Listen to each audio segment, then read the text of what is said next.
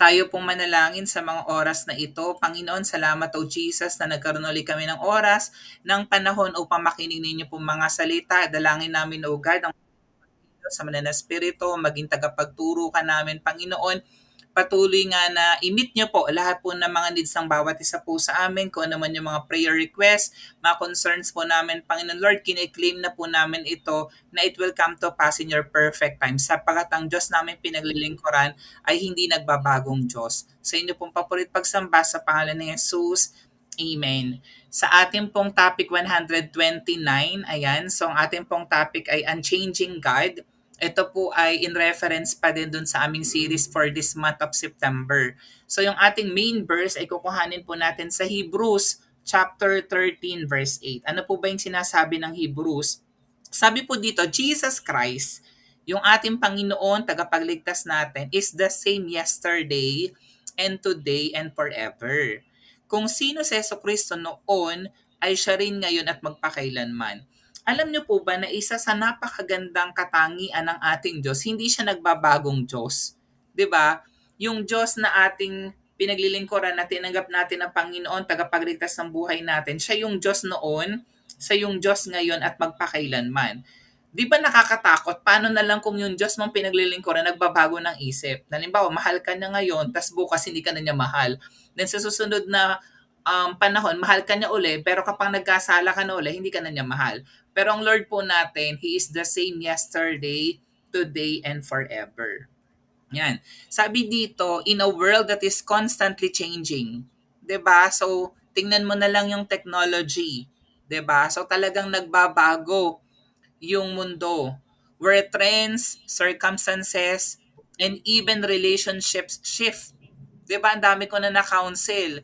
10 taon na raw sila nagmamahalan, then all of a sudden na fall out. Di na siya mahal ng kanyang mahal, 'di ba? Yung dating hilig mo, dating gusto mo, dating uso, hindi na ngayon uso, 'di ba? Yung dating sitwasyon na hindi mo nakikita before, ngayon nakikita mo na siya. It can be challenging to find stability, 'di ba? However, as Christians, we hold on to the truth that our God does not change. Kahit ano man mangyari sa mundo, 'di ba? Nakalipas na ang 2,000 taon. Dumating man ang 3,000 years, 4,000 years na hindi na tayo magkakasama here on earth, pero magkakasama tayo in heaven, 'di ba? Tandaan po natin, ang Diyos po natin ay hindi magbabago. He is constant. He is reliable and He is ever faithful. Hindi siya katulad ng tao na minsan, 'di ba, tinatamad tayo, sinisipag tayo, nasa momentum tayo, may mga times na nalulungkot tayo, may mga times na gusto natin gawin to, may mga times na ayaw na natin gawin yung mga bagay na ito, 'di ba? So ang goal natin today ay explore natin yung nature ng Panginoon natin na unchanging. Ng Diyos natin ay hindi nagbabagong Diyos, which is a source of comfort, which is also a source of hope and a strength for all of us, 'di ba? Talagang makakatagpo tayo diyan ng comfort, ng pag-asa, at saka ng kalakasan kasi meron tayong assurance na ang Diyos pala na pinaglilingkuran ko, kung gaano niya ako inibig nung ako ay makasalanan pa, ngayon na Panginoon ko siya, tagapagligtas ng buhay ko, ganun pa rin, mahal na mahal pa rin niya ako. Kahit na minsan pumapalpak tayo, kahit na minsan nawawala tayo sa presence ng Lord, pero yung pag-ibig ng Lord sa atin ay nananatiling constant. So tingnan po natin ng malalim, ano po ba yung ibig sabihin ng verse na binasa po natin? Yung Hebrews chapter 13 verse 8, this is a powerful declaration of the eternal. Pag sinabing eternal, pang walang hanggan. Kasi isa sa nature ng Lord, immortal siya, 'di ba? Walang kamatayan. Alam niyo po ba na tayong tao immortal din in spirit? Hindi namamatay yung ating spirito. Namatay lang siya nung hindi pa natin siya tinanggap na Panginoon tagapagligtas ng buhay natin. Pero nung Panginoon na natin siya, tagapagligtas na ng buhay natin, meron na tayong eternal life. Amen. And unchanging nature of Jesus Christ. Hindi nagbabago yung nature ng ating Panginoon. This statement is nestled within a chapter that gives various exhortations to believers, to us. Pag sinabing believers, mga tumanggap kay Jesus na Panginoon, tagapagligtas ng kanyang buhay, reminding them to live lives pleasing to God. Siyempre, lagi naman ang ultimate goal natin, since anak na nga tayo ng Diyos, ay gawin natin kung ano yung kalooban ng Lord. mga bagay na nakaka-please sa ating Panginoon. At sabi nga ng salita ng Diyos, mapiplease lang natin ang Lord sa pamamagitan ng pananampalataya. And even that faith is a gift from the Lord. Regalo din yung pananampalataya na meron tayo sa Panginoon. Yung verse na binasa natin serves as a theological anchor, assuring us that no matter the era or situation, 'di ba? Kung ikaw man ay millennial, Gen Z at kung ano pa mga generation ang dumating, Jesus Christ remains the same.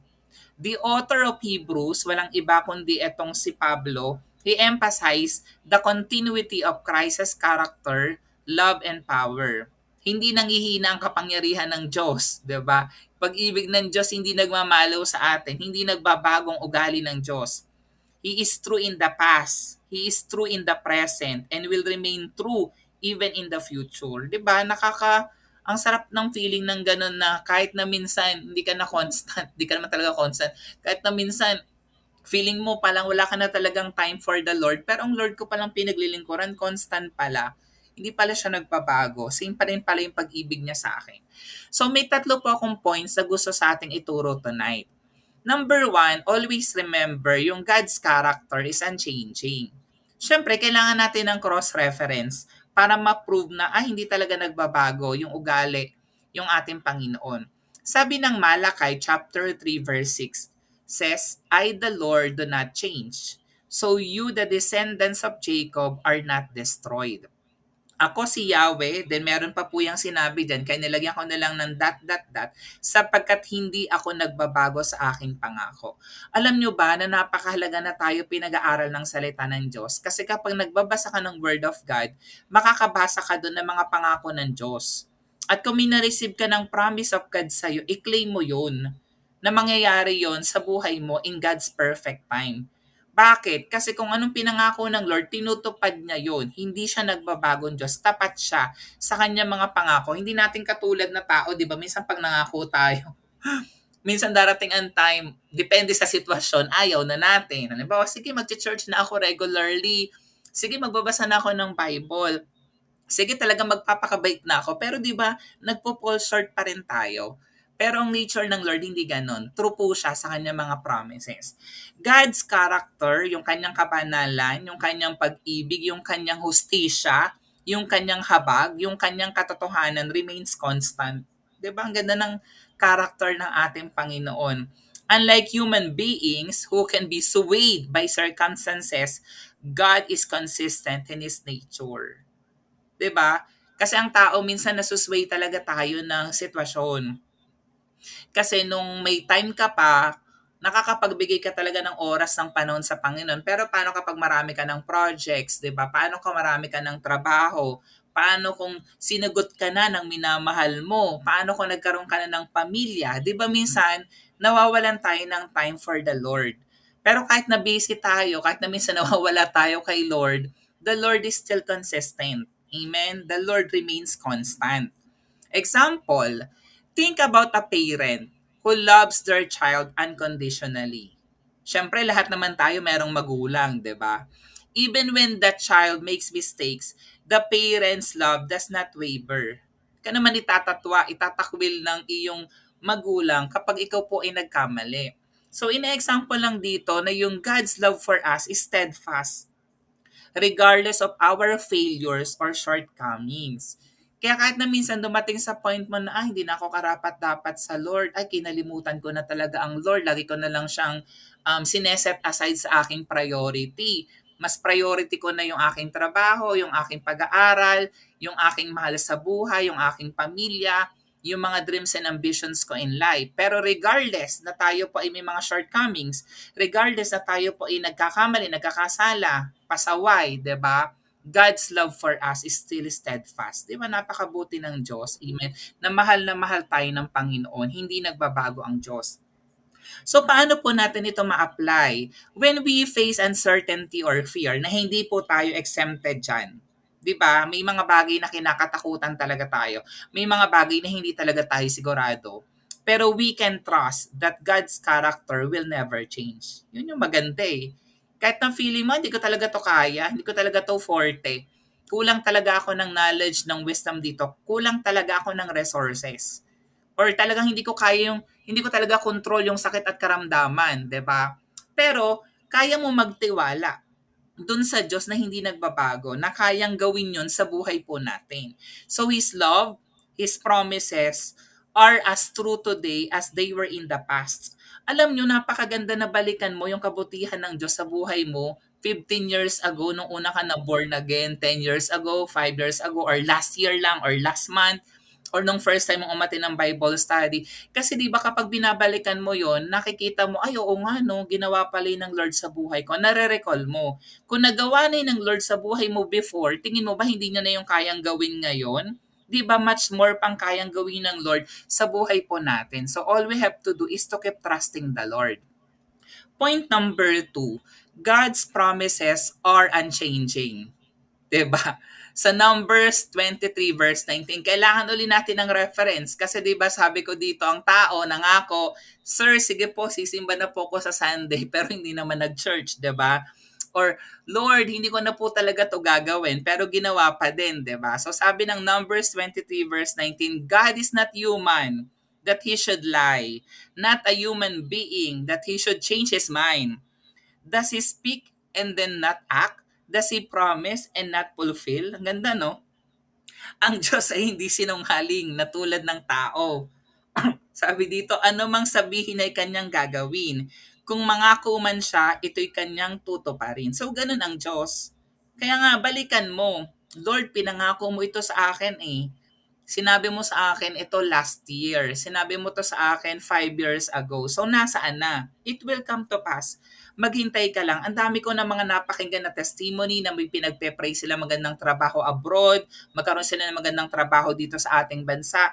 And then it come to pass in God's perfect time. 'Di ba minsan hindi sa ating timing.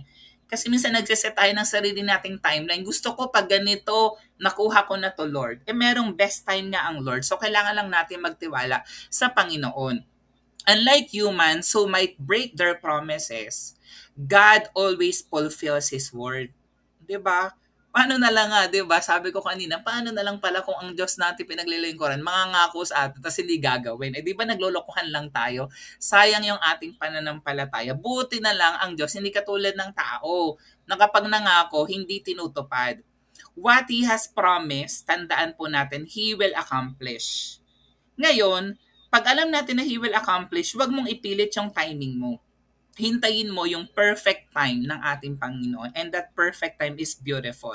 So kailangan natin magtiwala sa Panginoon kasi minsan may mga testings ng character natin, may mga binibuild pa sa atin ng Panginoon, may mga binabago, may inaayos ang Diyos sa buhay ng bawat isa po sa atin.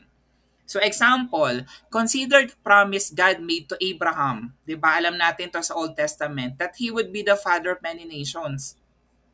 So despite Abraham and Sarah's old age, ang tanda na ni Sarah, 'di ba? Ang tanda na ni Abraham. And then hindi na nagme-menstruation si Sarah. So paano sila magkakaanak? 'Di ba parang imposible. But the Lord fulfilled His promise by giving them a son. At alam natin yung binigay sa kanila si Isaac. The same God who kept His promise to Abraham will also keep His promises to us.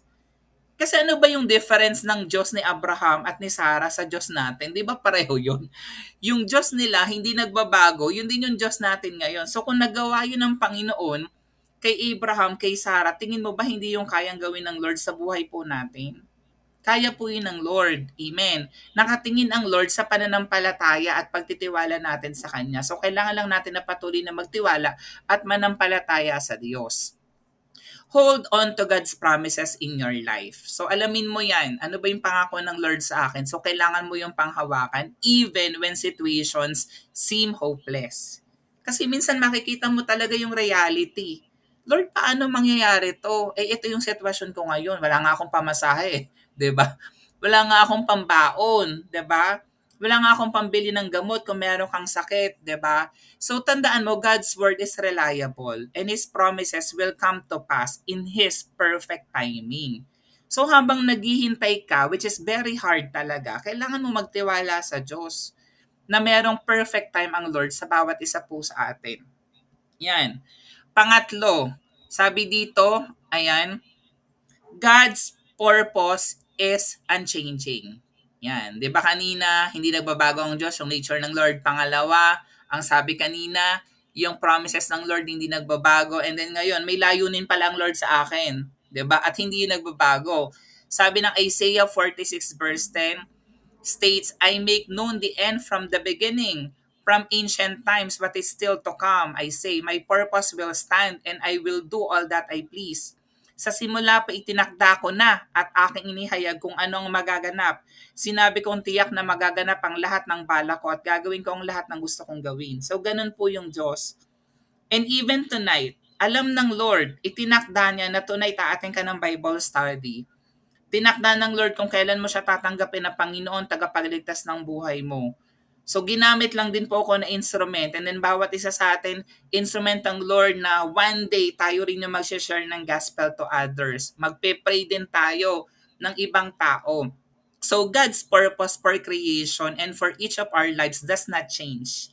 Hindi po yun nagbabago. His plans are not thwarted by human actions or circumstances. Kung may plano po ang Diyos at ayaw po nating gawin, gagamit ang Lord syempre ng ibang tao para mangyari yung kanyang kalooban. Eh di ba sino ba naman tayo? So kung kaya naman nating ibigay sa Panginoon kahit 30 minutes of our time attending the Bible study, di ba? 1 hour attending Sunday service, di ba? So ibigay natin yun sa Panginoon. Kasi the Lord deserves to be served. 'Di ba? Siya may-ari actually ng life natin. Maliit lang yung hinihingi ng Lord sa atin. So patuloy lang tayo magtiwala at magkaroon ng fellowship sa Panginoon. Sabi dito sa example ko, Joseph's life is an example of God's unchanging purpose. Tingnan yung nangyari kay Joseph, 'di ba? So despite being sold into slavery by his brothers, imagine ikaw yun, batang-bata ka pa, and then yung mga kapatid mong mga kuya mo, binenta ka, 'di ba? And then accused ka pa na nang-rape ka nung ikaw ay nagtrabaho, then nakulong ka. Pero nangyari, God's purpose for Joseph's life, nangyari pa rin. At ano po yun? Ginamit pa siya ng Lord to save many people during a famine. So it remained intact. Even yung kanyang pamilya na binenta siya, siya pa rin yung ginamit ng Lord to save them. Kasi during that time, nagkaroon ng matinding taggutom. At dahil sa matinding taggutom, nasa Egypt lang yung provisions. At si Joseph yung prime minister during that time. So tinulungan niya na hindi malipol yung mga Israelites. Ayan.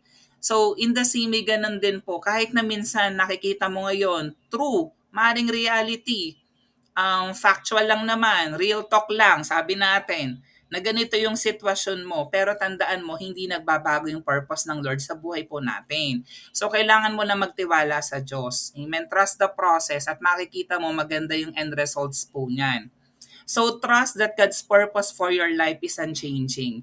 Even when you face trials or setbacks. Di ba minsan ganyan? Lord, bakit gano'n? Naglilingkod naman ako sa iyo. Parami ng parami. Ang nangyayari sa akin hindi maganda. Dami-dami kong mga struggles, mga trials in life. So tandaan mo, God is working all things together for good according to His purpose. Lagi may magandang layunin ang Lord sa buhay po natin. So all we have to do is to keep trusting the Lord. Amen? Para patuloy po tayong makapanatili sa Kanyang mighty hand and presence. So as we reflect on the unchanging nature of God, so we can find comfort in the fact that He is always the same. Always remember that, ha. The same po ang Lord yesterday, today, and forever. His character, yung kanyang pangako, yung kanyang layunin sa atin are steadfast, providing us with a firm foundation in an ever-changing world. So hindi ko alam what will happen sa mga susunod na panahon. Maaari magkaroon ng another COVID, maaari magkaroon ng matinding calamity, di ba? Pero tandaan mo, hindi nagbabago ang Diyos nating pinaglilingkuran. So how are we going to apply? So this week, sana mag-take time ka to meditate on the unchanging nature of God.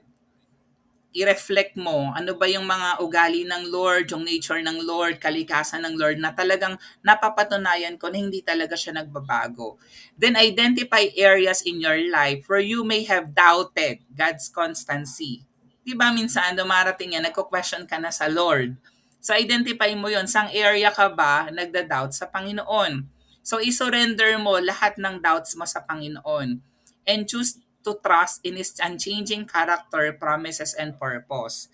Share this truth with someone who may be struggling with change or uncertainty in their life and be a source of encouragement to them. At the end of the day, ano bang vision natin? To love God, to love others. So sana, hindi lang tayong napifeed ng Word of God. Sana dumating din yung time na ginagamit din tayo ng Lord sa mga tao na nakikita natin na nag-struggle. So, na-encourage po natin sila sa pamamagitan ng mga salita ng Diyos. So, let us go forth with confidence, knowing that we serve an unchanging God who is with us through every season of our lives. Kasi di ba minsan nasa season ka talaga ng kapus na kapus ka. Minsan naman nasa season ka talaga na ganadong-ganado ka maglingkod sa Lord, or maraming-marami kang kayamanan, or nasa season ka na very healthy ka. Pero minsan nasa season ka na may sakit at karamdaman ka. So sana sa lahat ng season ng ating buhay, magtiwala tayo sa Diyos because He is unchanging God. Tayo pong manalangin, Panginoon, salamat nga ng Diyos po namin pinaglilingkuran is unchanging God. Alam namin, Panginoon, na all we have to do is to keep trusting you, Panginoon. Alam namin na meron kang perfect time sa bawat isa po sa amin. Alam ko rin, O Jesus Christ, na meron kang individual na dealing sa bawat isa po sa amin. Tinuturuan nyo kami, tinutulungan nyo kami. Pero habang nasa proseso po kami, alam namin na andun yung joy, andun yung strength na nanggagaling nga po sa inyo. Kaya Lord, kami po ay malaya na makakalapit, makakapagpuri at makakasamba sa inyo pong paanan. Sa inyo, Lord, ganang papurit pagsamba sa pangalan ni Jesus. Amen.